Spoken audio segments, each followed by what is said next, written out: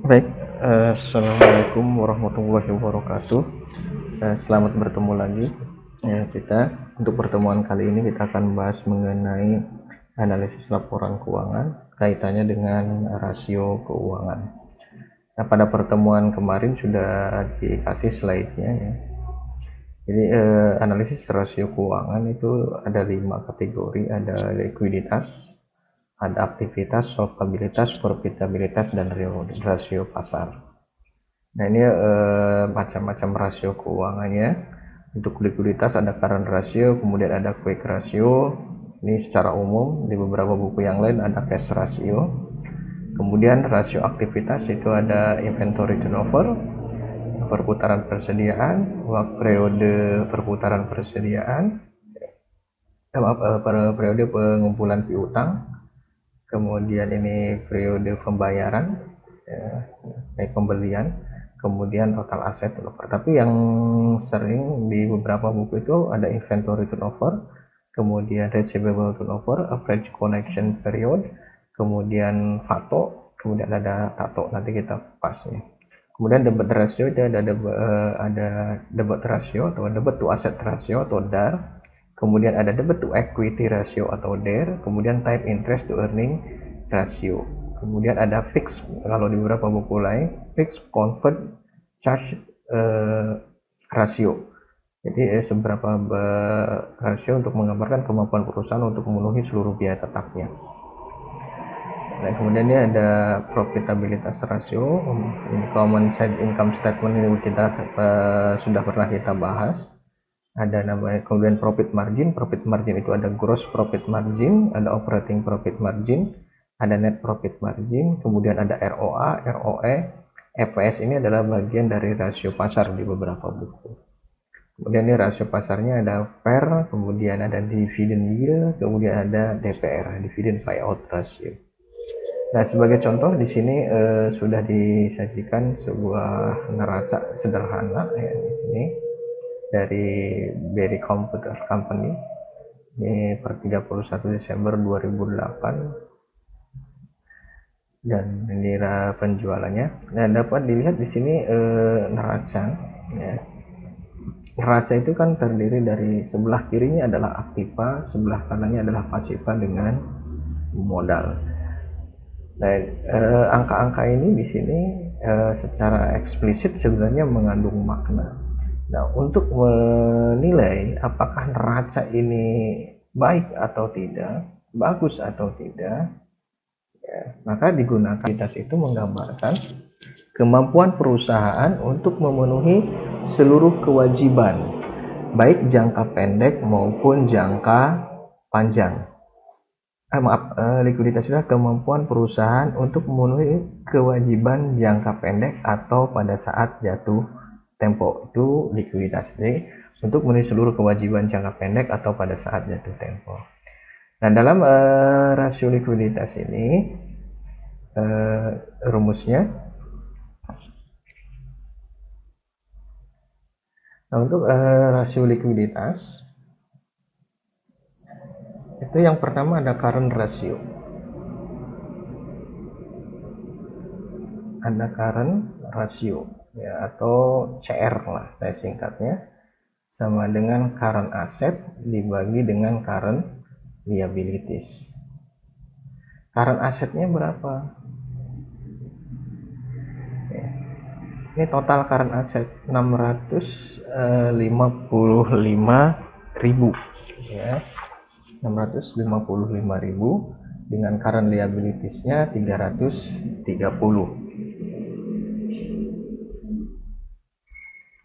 Oke, di sini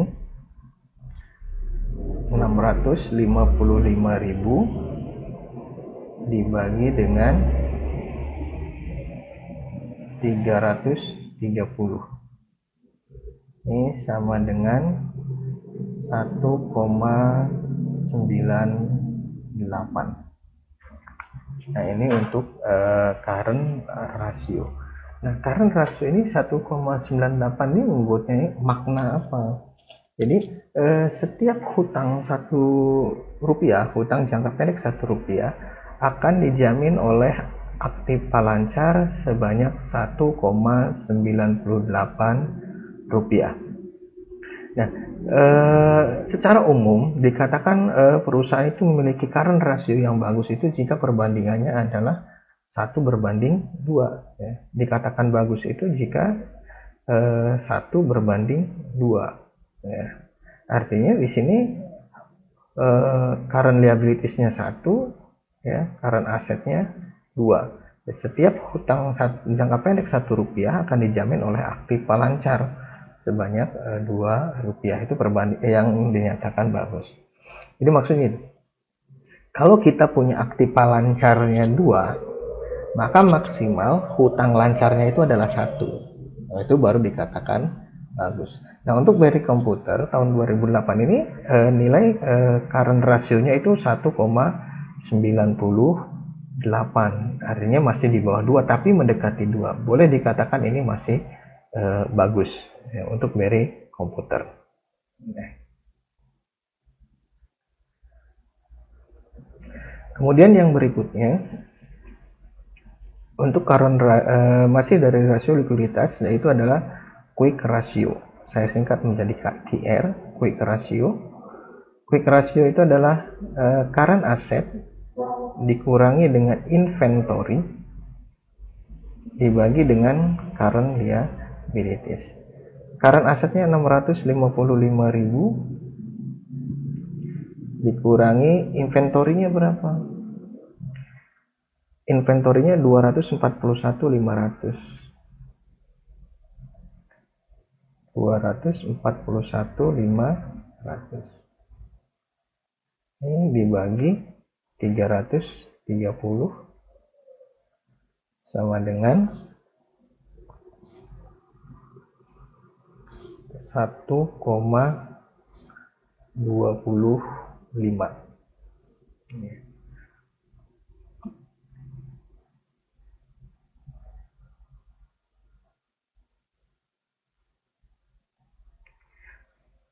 Ini secara umum quick ratio itu dikatakan bagus jika 1:1.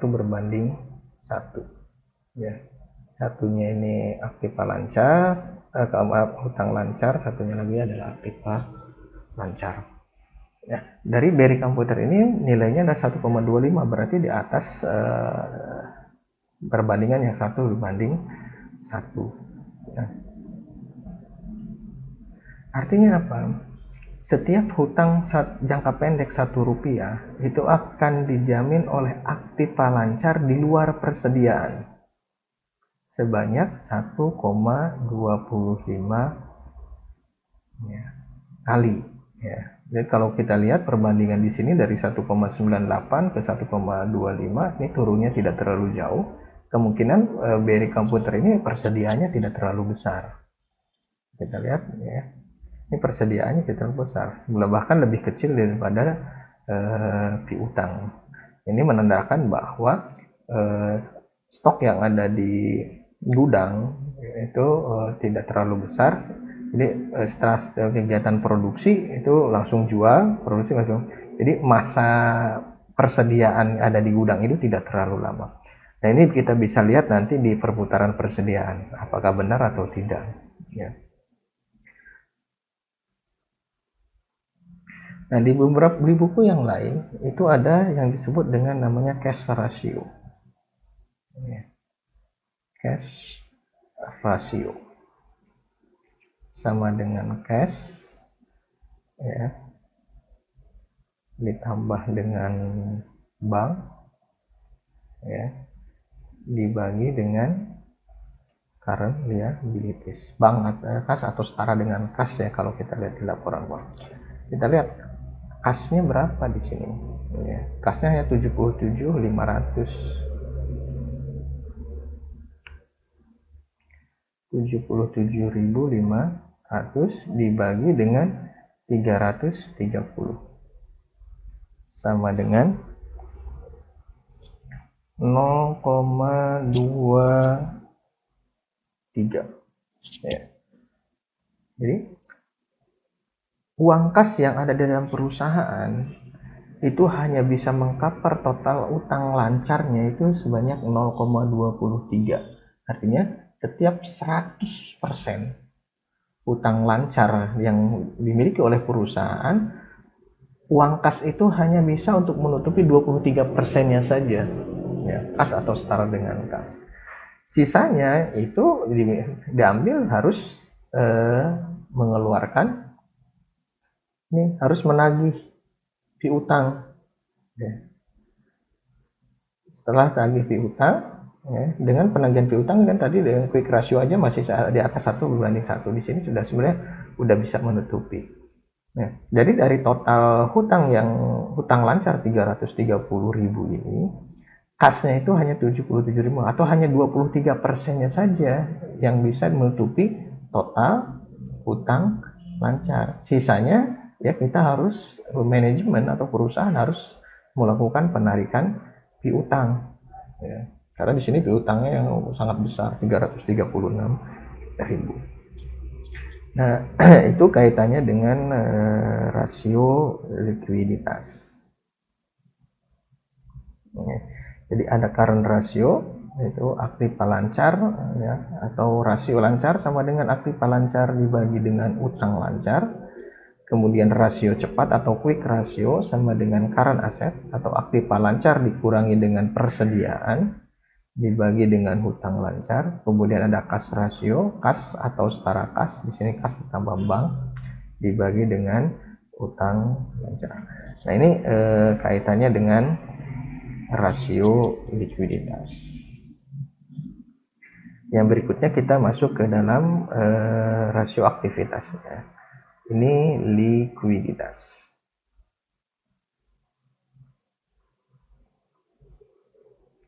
Kita ke rasio aktivitas.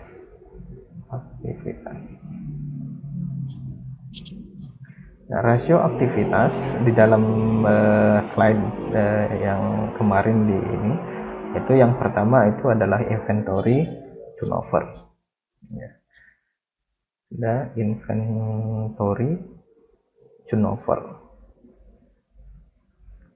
Saya akan singkat ini menjadi itu. Inventory turnover sama dengan COGS,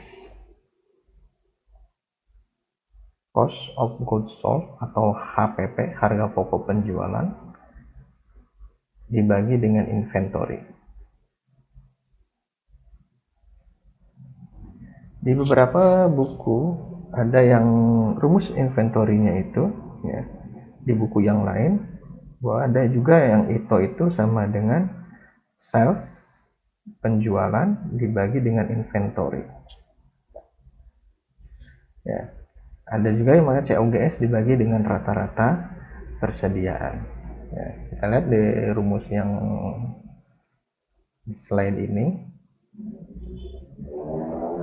Ya, di sini inventory turnover, ya, COGS, cost of goods sold atau harga pokok penjualan dibagi dengan persediaan.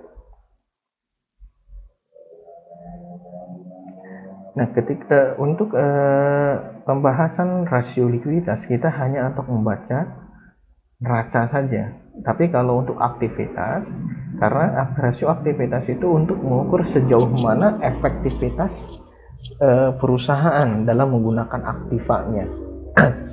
Nah, sehingga kita memerlukan data laporan laba rugi. Nah, di sini untuk inventory turnover atau itu yaitu COGS dibagi dengan inventory. Nah, dalam kasus BRI ini COGS-nya itu adalah di sini ya dipecah. Biaya harga pokok penjualan itu ada biaya bahan baku, biaya tenaga kerja, kemudian biaya lain-lainnya, indirect biaya tenaga kerja tidak langsungnya, kemudian ada depresiasi, sehingga totalnya adalah 1.392.500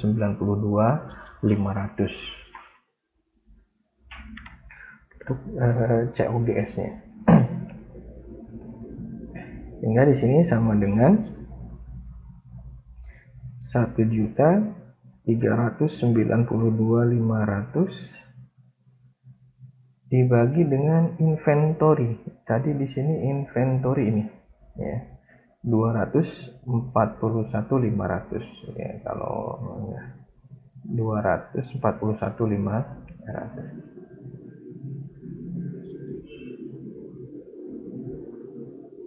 241.500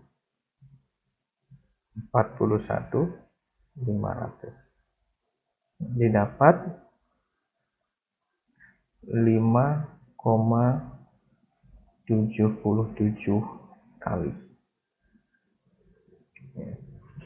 Jadi di sini untuk perputaran persediaannya, jadi persediaan ini berputar dalam 1 tahun itu 5,77 kali. Jadi persediaan akan putar menjadi kas, kemudian masuk lagi ke persediaan, itu hanya 5,77 kali dalam 1 tahun.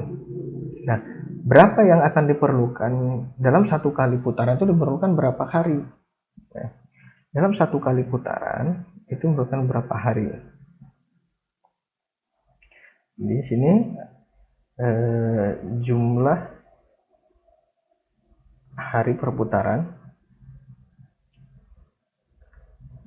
persediaan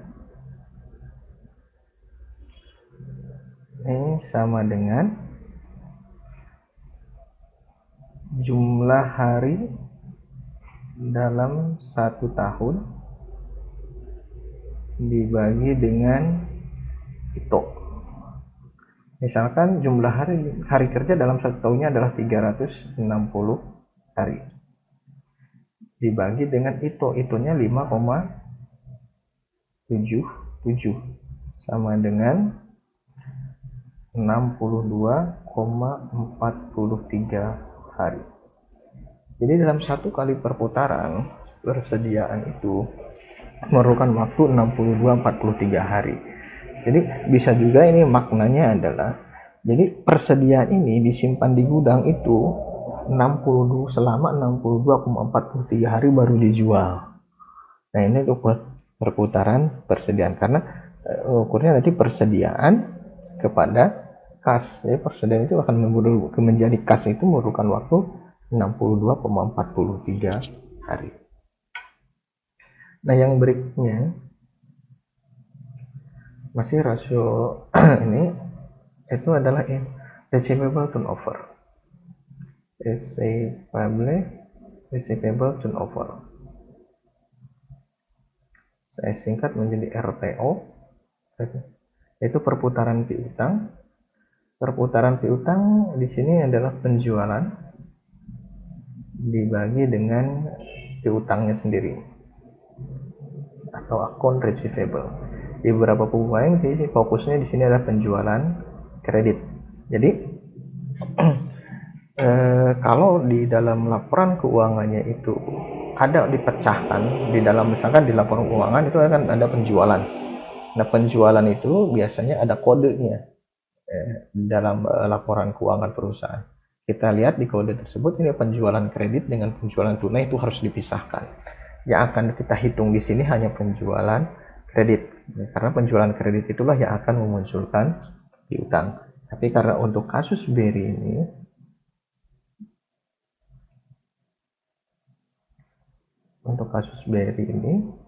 di sini tidak ada pemecahan, hanya penjualan. Kita coba pakai penjualan yang 1.607.500.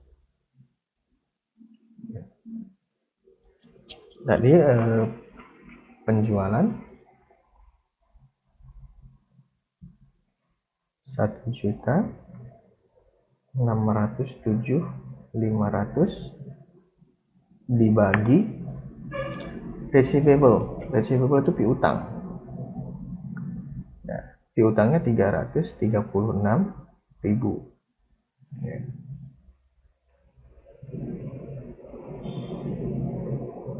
336.000 sama dengan 4,78 kali.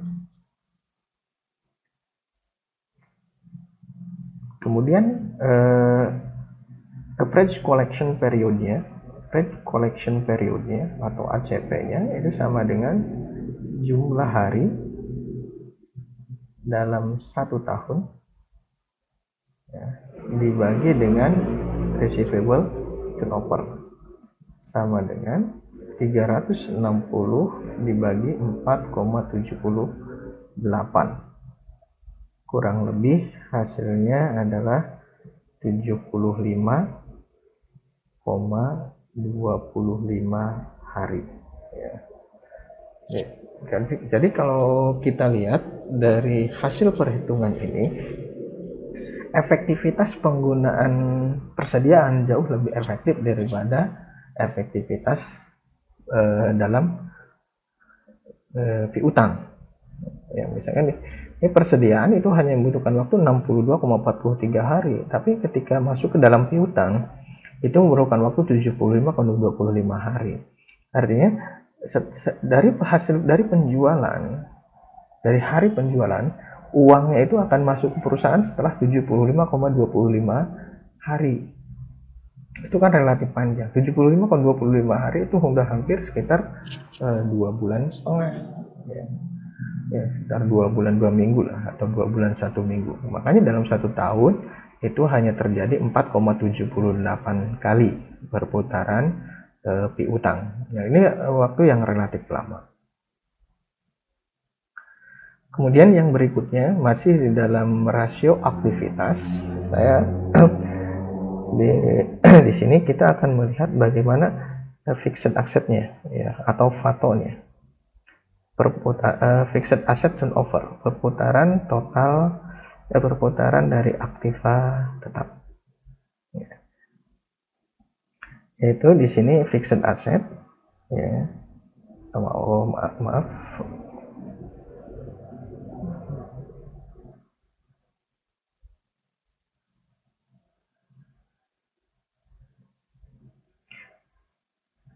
Jadi intinya dalam rasio aktivitas ini yang semuanya ada kata-kata perputaran itu selalu penjualan dibagi dengan ya perputaran apa. Kalau perputaran aktiva tetap ya penjualan bagi dengan aktiva tetap, perputaran total aktiva penjualan bagi total aktiva, perputaran persediaan penjualan bagi dengan perputaran piutang penjualan dibagi dengan piutang, kecuali dengan yang persediaan. Persediaan itu mengambilnya dari harga pokok penjualan atau COGS.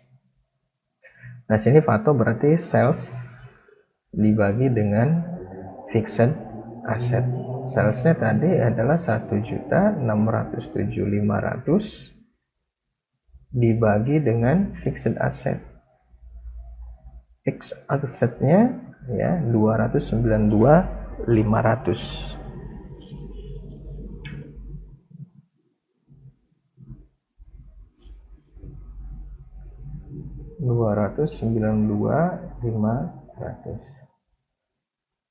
Sama dengan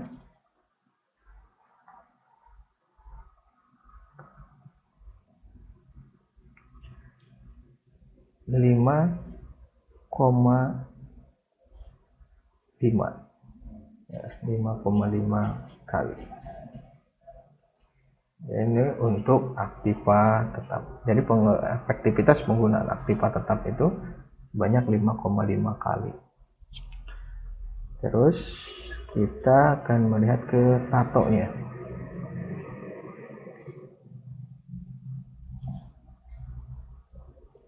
Nah, untuk TATO, sales dibagi dengan total aset. Salesnya 1.607.500. Untuk total asetnya 947.500. Sama dengan 2 kali. Nah, ini untuk efektivitas penggunaan aktiva perusahaan. Nah, dari rasio ini kalau kita lihat ya, enak kalau soalnya ada pembandingnya ya, dari tahun ke tahun ataupun dengan perusahaan sejenis. Dibandingkan dengan rasio likuiditas, berdasarkan rasio likuiditas ya, perusahaan ini dikatakan bagus ya, tapi dengan current rasionya mudah mendekati 2, kemudian quick rasionya di atas 1 berbanding 1, cash rasionya juga tinggi 23%. Tetapi dari segi efektivitas perusahaan ya, efektivitas perusahaan itu kurang. Kenapa? Karena dari segi efektivitas perusahaan, kita lihat dari rasio aktivitasnya. Nah, dari rasio aktivitas itu, untuk receivable turnover, perputaran per piutang itu 4,78 kali. Atau artinya, dalam piutang ini, untuk penarikannya membutuhkan waktu 75,25 hari. Itu terlalu lama. Kemudian dari perputaran persediaan 62,43 hari. Jadi barang yang siap dijual masih tersimpan di gudang 62,43 hari. Kemudian di persediaannya, perputarannya di sini di piutangnya 75,25 hari. Udah 100 hari lebih kalau kita jumlahkan. Belum lagi proses ketika proses barang dibuat. Ya. Nah, sehingga di sini pasti akan membutuhkan biaya yang relatif tinggi. Kenapa membutuhkan biaya yang relatif tinggi? Karena barang yang disimpan di gudang terlalu lama itu akan memunculkan beberapa risiko. Ya. Yang pertama, ya risiko di sini biaya. Ada cacatnya atau rusaknya barang dalam di persediaan. Yang kedua, memunculkan biaya penyimpanan.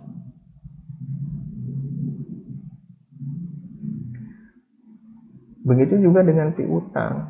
Piutang yang relatif lama juga akan memunculkan tidak efektif juga. Itu hampir 2 bulan lebih untuk penarikan piutang. Nah, sehingga di sini nilai piutangnya tinggi karena memang ada 2 bulan lebih dalam memerlukan perputaran dalam satu kali putaran itu 72 hari. Jadi sekitar 2 bulan lebih. Sehingga nilai persediaannya nilai piutang relatif lebih tinggi dibandingkan inventory yang hanya memerlukan waktu 2 bulan saja atau 60 hari. Nah, itu dari segi efektivitas perusahaan. Dari segi likuiditas perusahaan ini bagus, tapi dari segi efektivitasnya perusahaan ini kurang efektif. Baik, sampai sini kalau ada yang tanyakan silahkan di kolom komentar atau di Google Classroom-nya. Ya, kita nanti lanjutkan untuk rasio solvabilitas dengan rasio profitabilitas dan rasio pasar pada pertemuan yang akan datang. Baik, terima kasih. Assalamualaikum warahmatullahi wabarakatuh.